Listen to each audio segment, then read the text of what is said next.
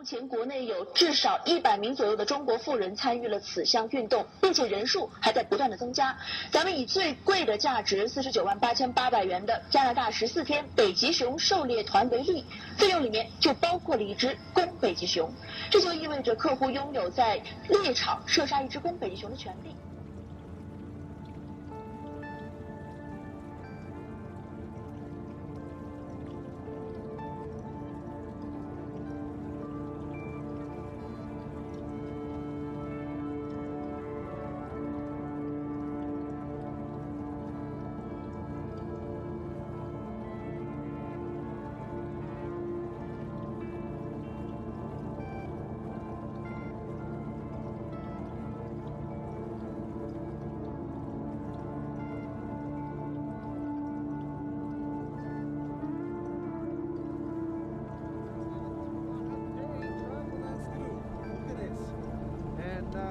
I had a call late last night, and now I'm waiting on Kovic, and I'm hoping to get a polar bear license.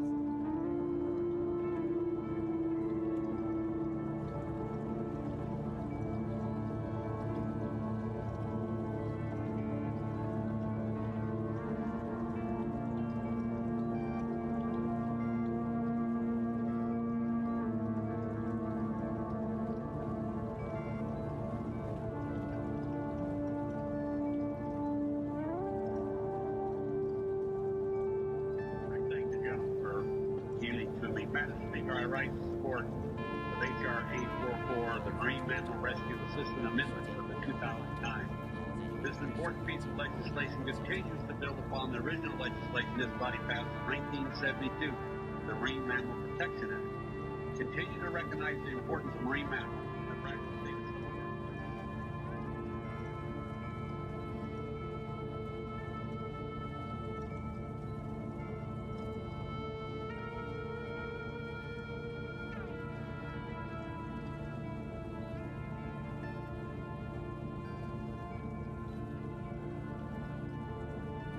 Walking along the side of that bank that way. I was coming down this way, and when I looked up, the bear was up there. And you can see then he started to go up over the hill, and I fired. That's why he said right on.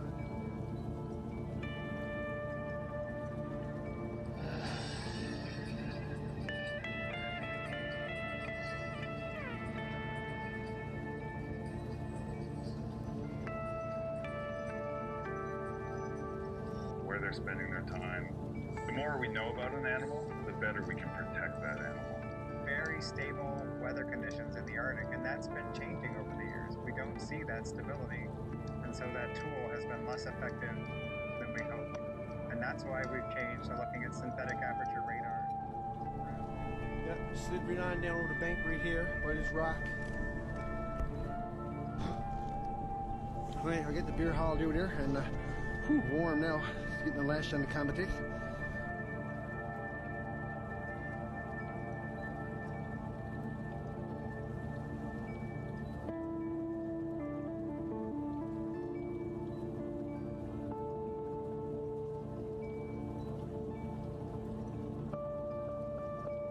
This rapid depletion of sea ice is a direct consequence of a warming climate. The single greatest threat is too thin to climb out, and he struggles to free himself.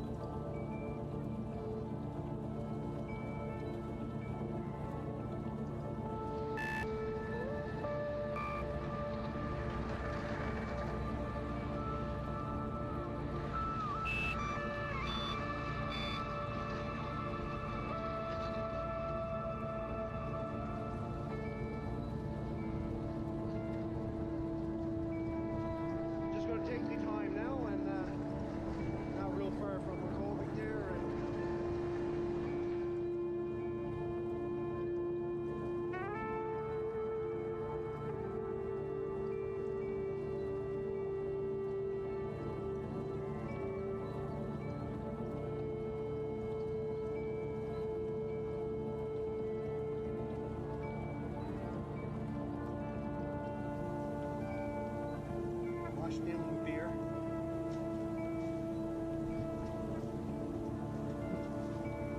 狩猎爱好者就认为了，狩猎是人类生产活动当中不可缺失的一部分，是一种文化和传统；而在环保组织看来，则是冷血的残杀生灵。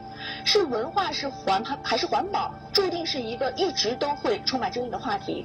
我们希望在保证合法狩猎的同时，能够回归狩猎的根本，从狩猎中学会保护自然的能力，心存一份善念。